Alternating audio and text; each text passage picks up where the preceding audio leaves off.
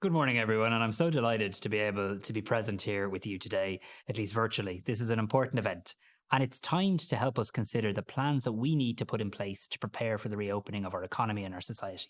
It's timed to help us plan today for the skills that we'll need for tomorrow's economy. You'll be very pleased to know that I'm not going to talk about COVID, well, at least not too much, but I do want to briefly recall a comment made by the European Centre for Disease Protection and Control. They referred to the COVID pandemic as a marathon and not a sprint. Certainly, our experience over the past year is very much proof of that. The acquisition, development, and application of skills is also a marathon. We need to invest time and effort to build skills and learning. We need to build incrementally towards getting us to the finishing line. And once we're there, we need to think about training again towards our next goal. This is what we call lifelong learning. It's not once and it's done. Instead, we need to think of it as part of a continuum. So maybe we need to check ourselves so as to say, I have the immediate skills for my job today, but do I have the skills that I might need for my job in 2, 3, 5 years? The remarkable thing about any crisis, and we can see this throughout our lives, is that these moments necessarily require us to reset the dial, to stop doing automatically what we usually do, to re-examine and reflect. We question what we thought were our truths. For example, working in a particular location or having to travel to be at a conference. Crises require us to respond by creating new norms, new expectations. We begin to do something different, where perhaps we had no precedent. So for example, today, no one had to travel. We've all logged in remotely. We've adopted new opportunities and we've adapted to how we live our lives. We've learned new skills and we've embedded understandings and knowledge. Who knew what an OR number or a Zoom was 18 months ago? So now, as we're planning for the careful reopening of our society, things have changed for so many of us. Some may not have the job they had before. Some will have to learn new skills in a workplace that has changed. Now is the time to start planning for that future. Now, as we come towards the finishing line of our shared marathon over the past year, we need to think about recovery and repairing. We need to think about how do we kickstart careers again. We need to think about whether now is the time to start learning a new skill, to develop our existing skills so that we can do our jobs better. Is it the time to start investing in ourselves and indeed believing in our own capacity? Today, our presentations are about setting out some of the choices that are available to you. And some of these choices are literally at your fingertips. This week, the Work and Skills Week, is about informing those choices. Today, our focus is on building your skills, which is a core pillar of our further education and training strategy, which I launched last year. This event is brought about by the close collaboration of those working in my department, with those working in Intrio, and those working in the Department of Social Protection. Our shared aim is to support the choices you make and to make sure that as much information is available, is accessible, is easy to learn, and easy to engage with. Earlier this year, I launched the Right Course portal, which is a one-stop shop for businesses, for employees, for unemployed persons, and indeed for anyone in our country considering what options are available to me in the third level sector. It links in the Department of Social Protection supports that might be available for people. We found during the economic crash in 2010 that close collaboration between our departments was essential to building initiatives and delivering measures that worked for learners, for job seekers, for businesses, for our country. This collaboration followed agreed plans with integrated plans to deliver new pathways, new opportunities, working strategically to advance a shared agenda that delivers for workers, for learners, for business and for our economy, a shared agenda that offers flexibility and is responsive so that we can rebuild employment opportunities and support a return to economic growth. Last year, the government identified that range of supports needed in a post-COVID environment that will provide for a flexible labour market, a responsive education system, and provide employment opportunities and support economic growth.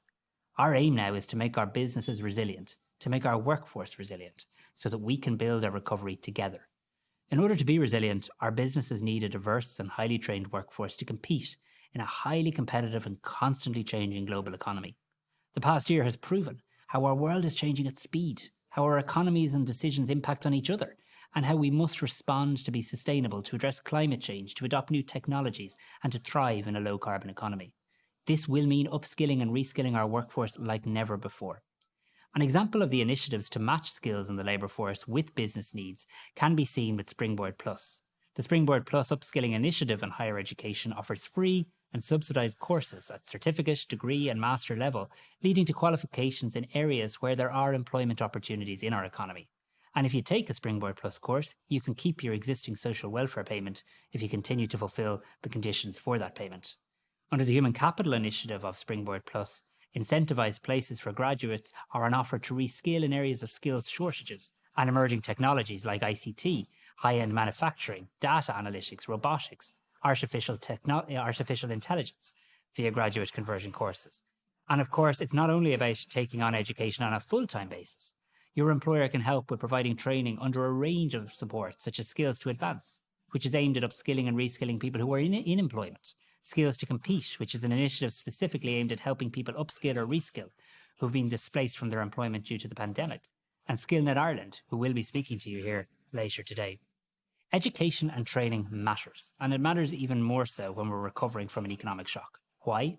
Well, it matters because those with good education and training are much less likely to spend long periods of time unemployed. After the last economic crisis, unemployment fell relatively rapidly by comparison to the sustained long duration of unemployment in the early 1980s and a very slow increase in employment back then. This is because so many of those laid off in the late 1980s did not have the opportunities educationally that we now have. And because of that, it was harder to find jobs in the recovery period. Successive studies have shown that employment rates and earnings are directly linked to the highest level of education attained.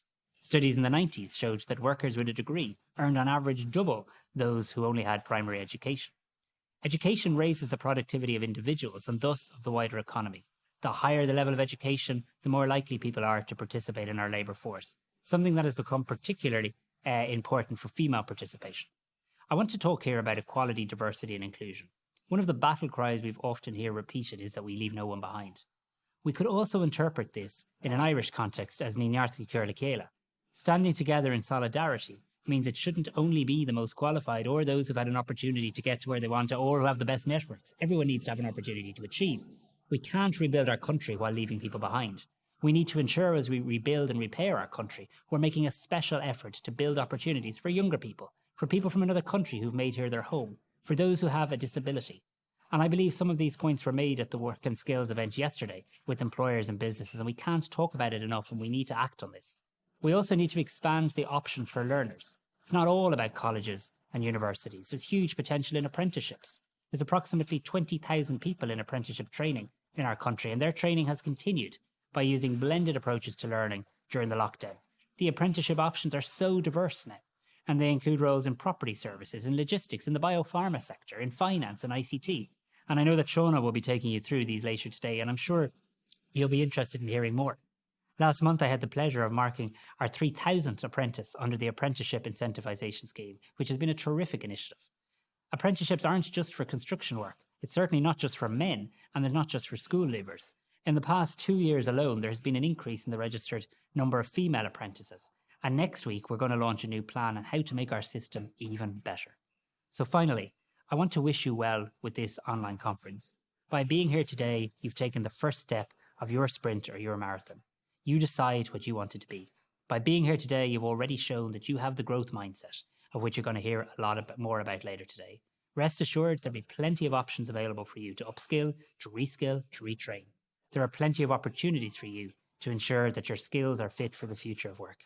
Log on to gov.ie/the right course, where you can see all of the options available to you. I want to thank everyone who's worked so hard in Intrio, in the Department of Social Protection and my own team. We are here to help you on your journey.